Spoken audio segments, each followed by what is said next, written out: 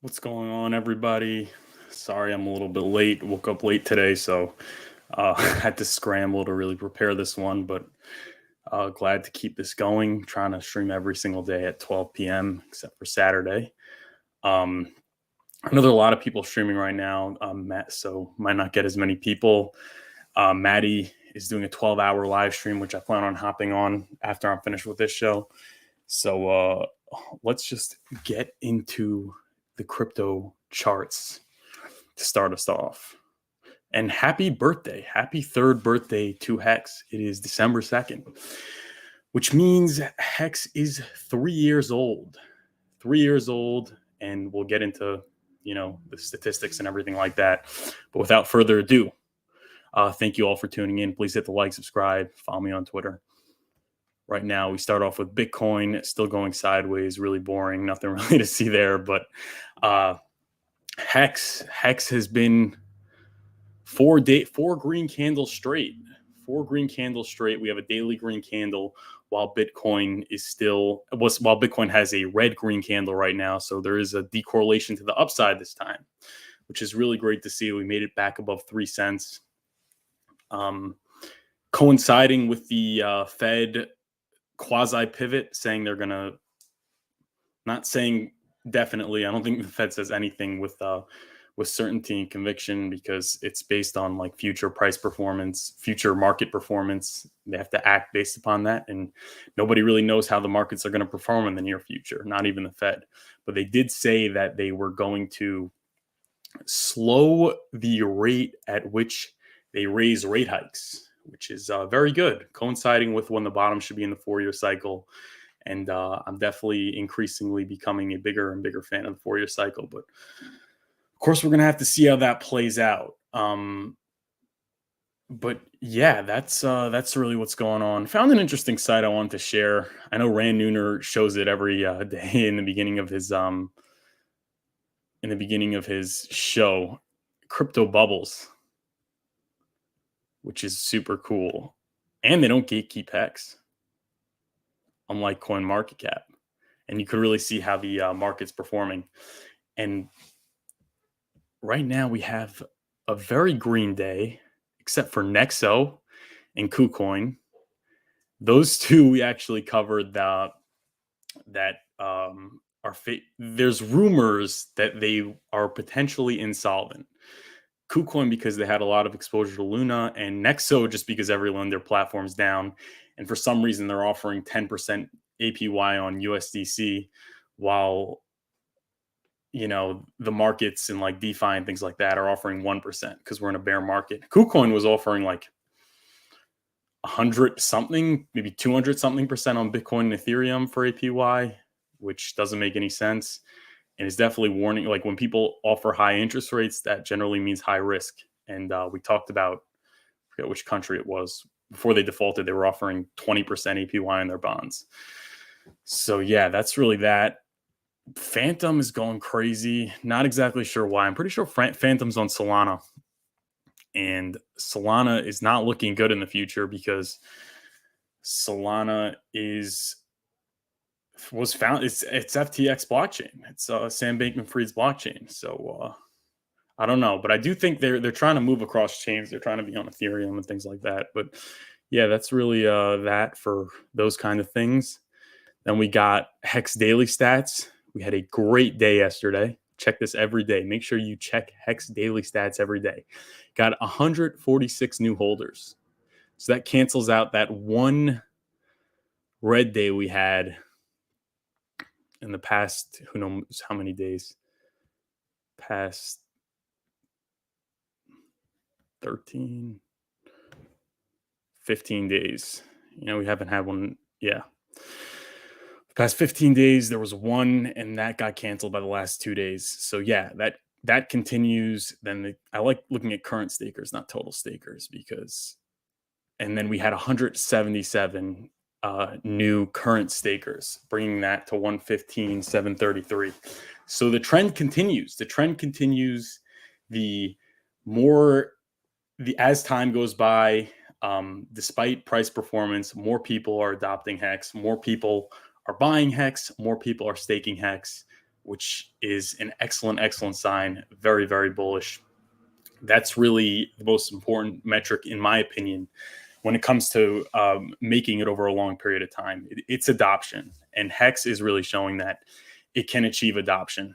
And I think in the long run, the more adoption, the more potential buyers, the more people that buy into the system, the better the price the higher the price goes up. The more likely the price is to go up over a long period of time.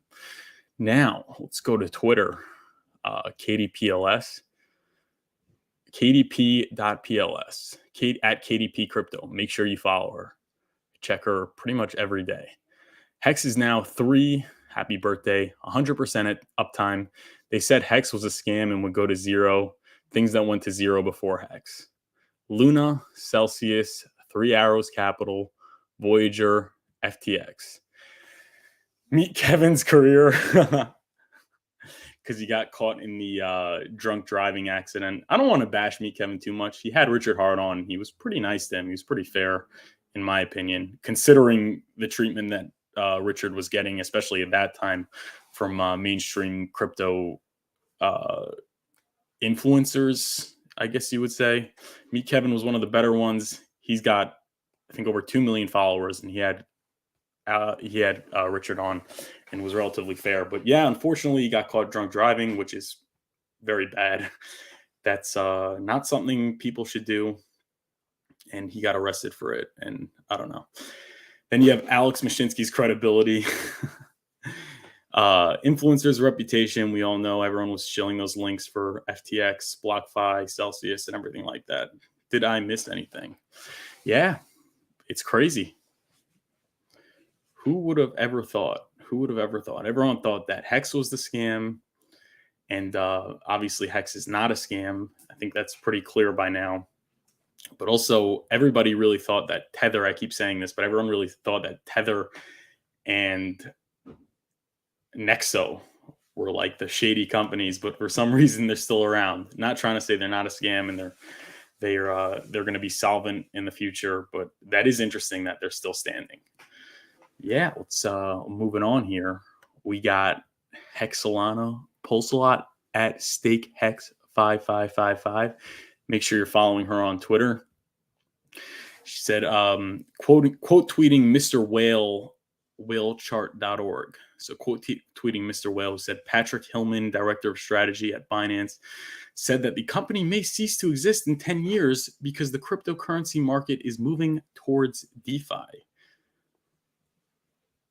Interesting. That is interesting. And then Pulsechain responds, repeat what visionary genius founder philanthropist Richard Hart said years ago, without repeating the exact words Richard Hart said years ago. And now you believe you came up with the brilliant concept all by yourself instead of where it actually came from, which was always Richard Hart, LOL, lols.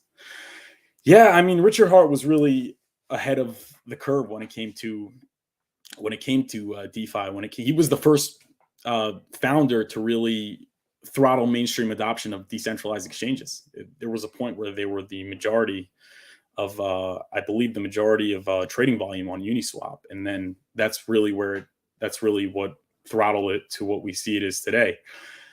Does that mean that? And then obviously you have Hex, which is DeFi at its purest. No middlemen, trustless yield. You get to keep your keys. You get to earn yield. You get to delay gratification. Which drives the price up, which gets you to benefit from those multiples that are to be had in the future because you're forced to delay gratification. You're not going to get shaken out when the price goes too high or the price goes too low. So that's one of the most, I think it's the most innovative thing in crypto, that and decentralized exchanges for this past bull market. But does that mean that Binance may cease to exist in 10 years? I mean, it may cease to exist because of shenanigans that they're doing, but is it going to cease to exist because DeFi will essentially make it obsolete? I'm not too sure about that. I think that there is always going to be need for centralized exchanges because, again, it really does connect the fiat world. It connects the fiat with crypto. It's the bridge, so to speak. Unless you want to argue that eventually the fiat, traditional finance will become obsolete, and it'll be taken over by decentralized finance. I think to an extent it will, but I don't know if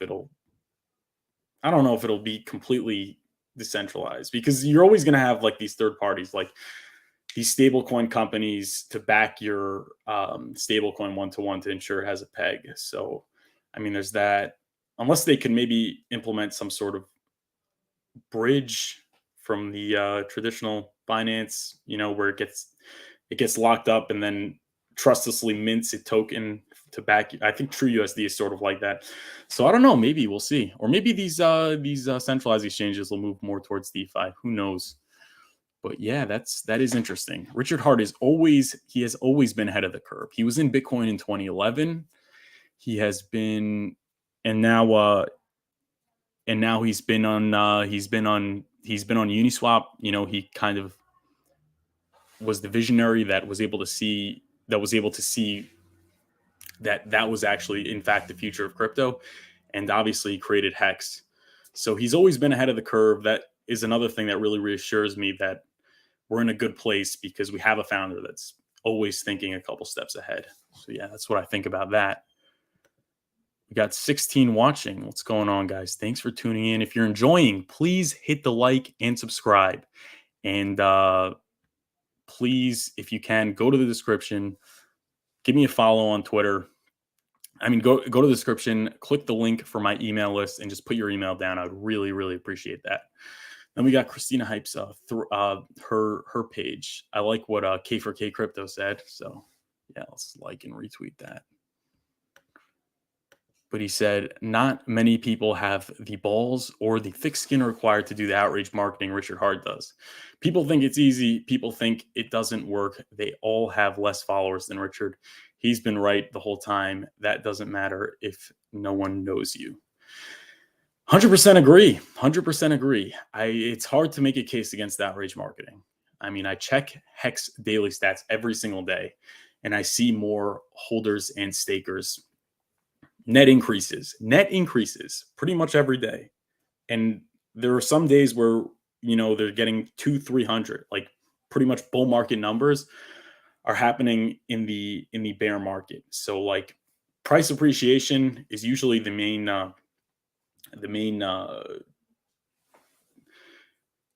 catalyst for adoption, but there's no price appreciation, and for some reason Hex is still achieving adoption. And there's no price appreciation just solely because we're in a bear market. It's not because of the outrage marketing, in my opinion. So you see his follower count on Twitter is going up every single day considerably.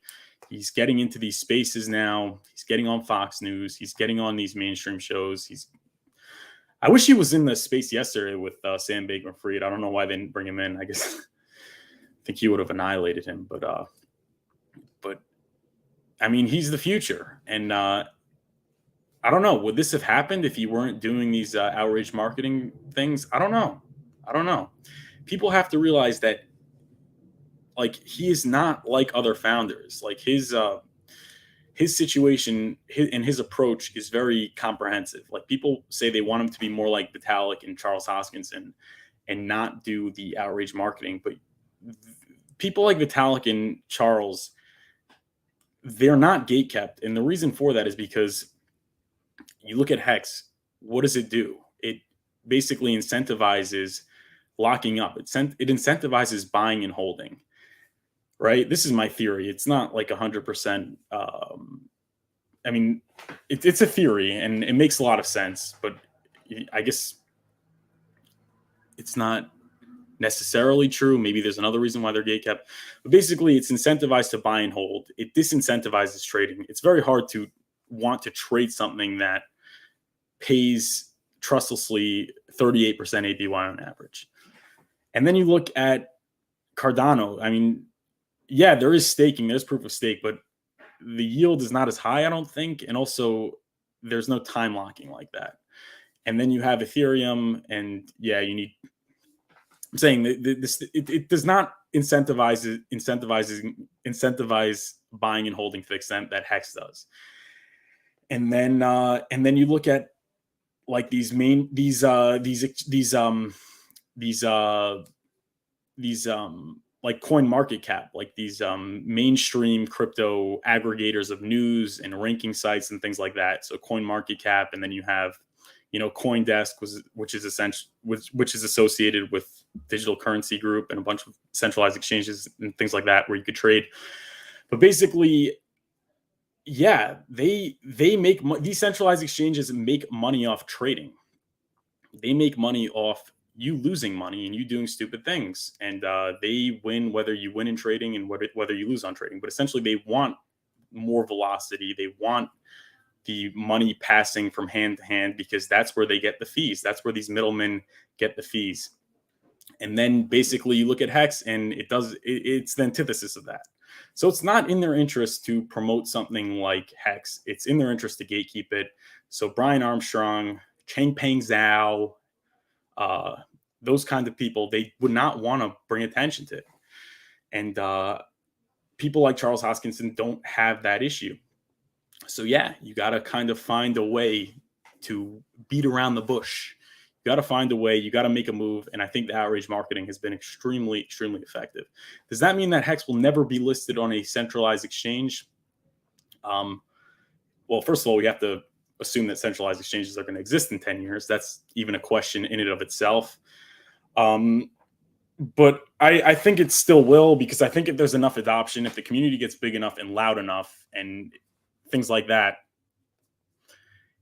it would look very bad and might even be bad for their business model if they don't list Hex on their exchange, because other exchanges that are listing Hex are gonna have a huge advantage in terms of business. Because if Hex becomes that big, let's say Hex becomes in the top 3 cryptocurrencies, it's one of the ones that's that goes on the ticker on CNBC, things like that. If Hex is one of those cryptos that's that mainstream, and centralized exchanges refuse to list it, then the smaller centralized exchanges that actually list it will steal their users. Ultimately, people will end up leaving them and going for other exchanges, which will inevitably, in my opinion, push out the big exchanges, the currently big exchanges like Coinbase and Binance. So I think eventually they'll be forced to adopt it the same way originally. These traditional finance organizations and institutions gatekept Bitcoin because it wasn't in their interest. Eventually, they were forced to adopt it. They were forced to give it the respect it deserved. And I think ultimately the best tech wins. So I think ultimately Hex, Pulsechain, and PulseX will be listed on numerous centralized exchanges. But I guess we're gonna have to see what's going on, guys. And then for some news here, we got Cointelegraph. New York proposes to charge crypto companies excuse me, for regulating them. New York proposes to charge crypto companies for regulating them. The proposal is led by DFS Superintendent Adrian Harris, who is looking for public feedback on the move as the regulators look to gain further oversight control. Conflict of interest, maybe? So it says the New York State Department of Financial Services has submitted a proposed change in state laws that would allow it to charge licensed cryptocurrency companies for regulating them. While that may seem like an odd proposition under financial services laws, it is common practice for the DFS to charge licensed non-crypto financial entities for the cost and expenses of maintaining oversight over them. The proposal is led by DFS Superintendent Adrian Harris, who announced the move via the DFS website on December 1st and has submitted it for the public feedback over the following 10 days. Essentially, Harris is looking to bring digital currency businesses in line with other regulated financial entities in the state, as FSL did not have a provision for crypto companies when crypto regulation was adopted in New York in 2015. Harris also outlines that these regulations will allow the department to continue adding top talent to its virtual currency regulatory team. Through licensing, supervision, and enforcement, we hold companies to the highest standard in the world, Harris said, adding that the ability to collect supervisory costs will help the department continue protecting consumers and ensuring the safety and soundness of this industry. According to the proposed document, the DFS would charge firms based on the total operating expenses of overseeing licensees and the proportion deemed just and reasonable for other operating and overhead expenses. So, as such, there isn't a set figure that all companies pay as their amount of oversight differs. However, the total amount owing would be broken down into 5 payment periods over the fiscal year, with the crypto sector witnessing yet another multi-billion dollar implosion, this time as the result of now bankrupt Illumeter Research and former Golden Boy Sam Bankman-Fried. It is unsurprising that regulators are scrambling to impose extra regulatory oversight. That's crazy that they're going to charge. It's like, hey, you need to be regulated. And we're going to make sure that you need to be regulated. And then in order to be regulated, you're going to have to pay us. It's kind of like the mob. They say you need protection and you're going to have to pay us for protection. That's what it seems like. They would argue that no, it's just for the expenses of regulating. Okay, that's what they tell you, but I guess you have to take their word for it. It keeps really coming down to having to take their word for it. That's really what's happening in crypto so often these days. It's like, yeah, no, everything's fine. We're just charging for the regulatory expenses. I don't know. These companies have an endless spigot of finances. And it reminds me, so I watched this movie. It was actually a very good movie. It's called The Rise and Rise of Bitcoin. It was back in like 2017 or something, 2016, or maybe even earlier. It was filmed in 2013, 14. They had a lot of the big names. They had Eric Voorhees was in it. They had Chase Myers. They had Gavin Anderson and all those things. And back then they were talking about how New York was basically essentially making it impossible for Bitcoin to thrive and for businesses involved in Bitcoin to remain solvent, because it was just so much regulation. You needed tons of lawyers and things like that in order to stay open. And now New York wants to further regulate, with this kind of thing. So essentially all the companies basically left. And then it turns out that the person that created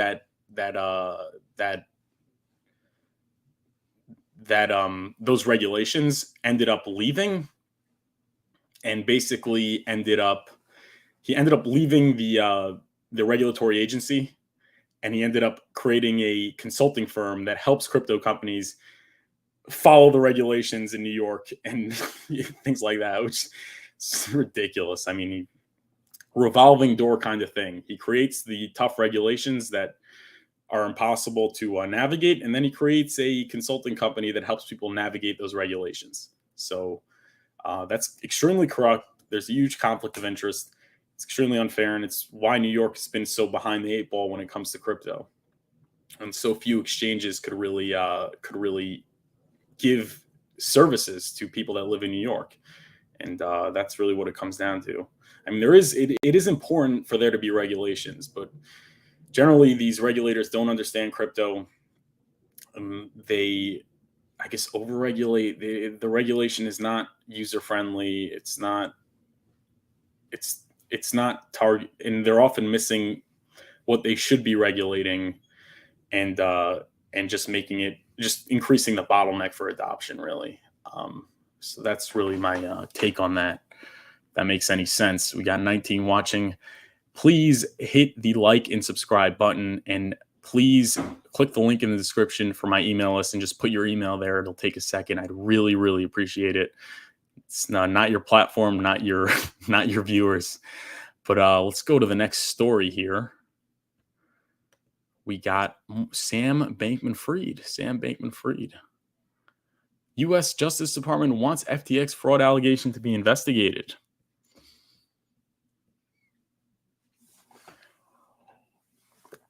U.S. Department of Justice wants an independent examination of the collapse of crypto exchange giant FTX. So we don't have to read the whole article. DOJ, which was already looking into the fall of Sam Bankman-Fried's global crypto enterprise, now wants a bankruptcy court to appoint an independent examiner to probe potential wrongdoers that may have led to the collapse, which ended in November filing on in a bankruptcy filing on November 11th. So this is the question here. Are they only going to be looking into FTX US, or are they going to be looking into the FTX of the Bahamas? Because Sam claims that FTX US is fully solvent, fully backed one-to-one, and they could give users their funds right now if they wanted. And I said this is the litmus test to see if there's any truth to what he ever says, because if that ends up not being true and they can't end up refunding the users in the US, this guy's a total liar. But who knows? My take is that I don't think Sam Bankman-Fried's going to jail. Like I said, money talks, and he formed inroads with regulators and lawmakers through lobbying and through political donations, and that really explains the softball coverage he's getting. And the proof of that is right here. Wall Street Silver, at Wall Street Silv. You can follow him. Great Twitter account. Maxine Waters will lead the congressional hearing on FTX starting December 13. I am sure she will be fully prepared with hard-hitting questions that get straight to the heart of the matter. And then you see a picture of Sam Bankman-Fried arm in arm with Maxine Waters. I wonder if he gave political donations there, but clearly that represents a potential conflict of interest. I don't know. What do you guys think? Do you guys think that Sam Bankman-Fried will go to jail or will get charged with anything? There's two things here. One is that he's very hooked up, and two is that, the laws are very opaque, and it's even questionable if he breaks his terms of services, if he's allowed to always change his terms of services. Like, you have to abide by the terms of services that are constantly changing. So if they write in the terms of service that they could take your money and lend it out or whatever, and nobody really reads it and you just agree to it, then it's technically not illegal, although it's very immoral. So it's interesting. Mashinsky's still fine. Do Kwon's still fine. Has anybody in crypto really faced charges and been arrested? Because when you look at the BitConnect, they moved really fast. They moved really fast and really swiftly, and locked everyone up for who knows how long. When it came to Ross Ulbricht and Bernie Madoff, it was just a swift movement. Immediately, straight to trial, and then straight to jail. And then you have Mashinsky. I mean, people say that he's been using depositors' Bitcoin to pump up the price of the Cell token. I saw that in, I think it was Simon Dixon's Twitter. Simon Dixon is very heavily involved in the Celsius thing. And then people say that he was withdrawing tokens before, when he knew they were about to halt withdrawals. He was withdrawing his personal funds. Just a lot of things, and he's pretty much walking scot-free at this point. I know he's even going in on these Twitter Spaces, but he's been making appearances on Twitter Spaces, and you have obviously Sam Bankman-Fried made an appearance yesterday on Twitter Spaces. He gets all over the television, and Do Kwon, I mean, nothing's happened to him with Luna. So it is interesting. Why did BitConnect, why did they act so swiftly and so quickly and get everyone locked up? But then it comes to Mashinsky and Sam Bankman-Fried, who you could even argue were way worse, and it was on a way larger scale, and they're just really walking around scot-free. It really makes you wonder. But really, that's that. And then another thing we have is at GR Dector, talks about, shows a chart like plummeting, and it's like, this is not oil, a meme stock, or even a scam. It is pending U.S. home sales down 40%, the most on record. U.S. home sales are down 40%. So that's, I guess, a leading indicator of home prices to collapse. I already know, it already seems like home prices are already down a lot. It takes a long time for the market to price them in because they're so illiquid. So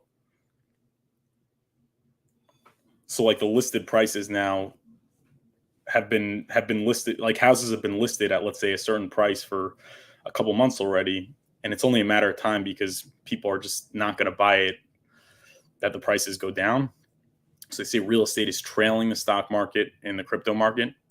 Crypto market, from what we've seen, always goes first because it's the most liquid, and then stocks, and then real estate. So I think my take on this is that the real estate is already a lagging indicator. It's represents what has already happened in the markets.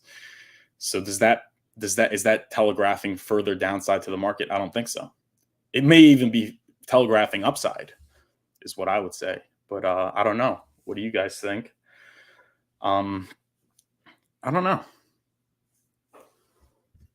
Very interesting. All right. Yeah, that's really it for today in terms of the news. We got 23 watching. If you like what you were watching, if you're enjoying the content, please go to the description, click the link to my email list, and just put your email in there, and like and subscribe, obviously. But if not, I still appreciate you guys watching. I appreciate you guys taking the time to tune in any case. And I'm not monetized, so no super chats, but I'm just going to, if you have any questions or comments that you want me to read, just put them in right now, please. And obviously I'm going to go to all of them. So we got Ted Cash. Thank you, Ted Cash, for watching. Happy Friday, y'all. Happy Friday to you. Thanks for tuning in again. Got Medi staying. Thanks for all the info, good stuff. Thank you, Medi staying.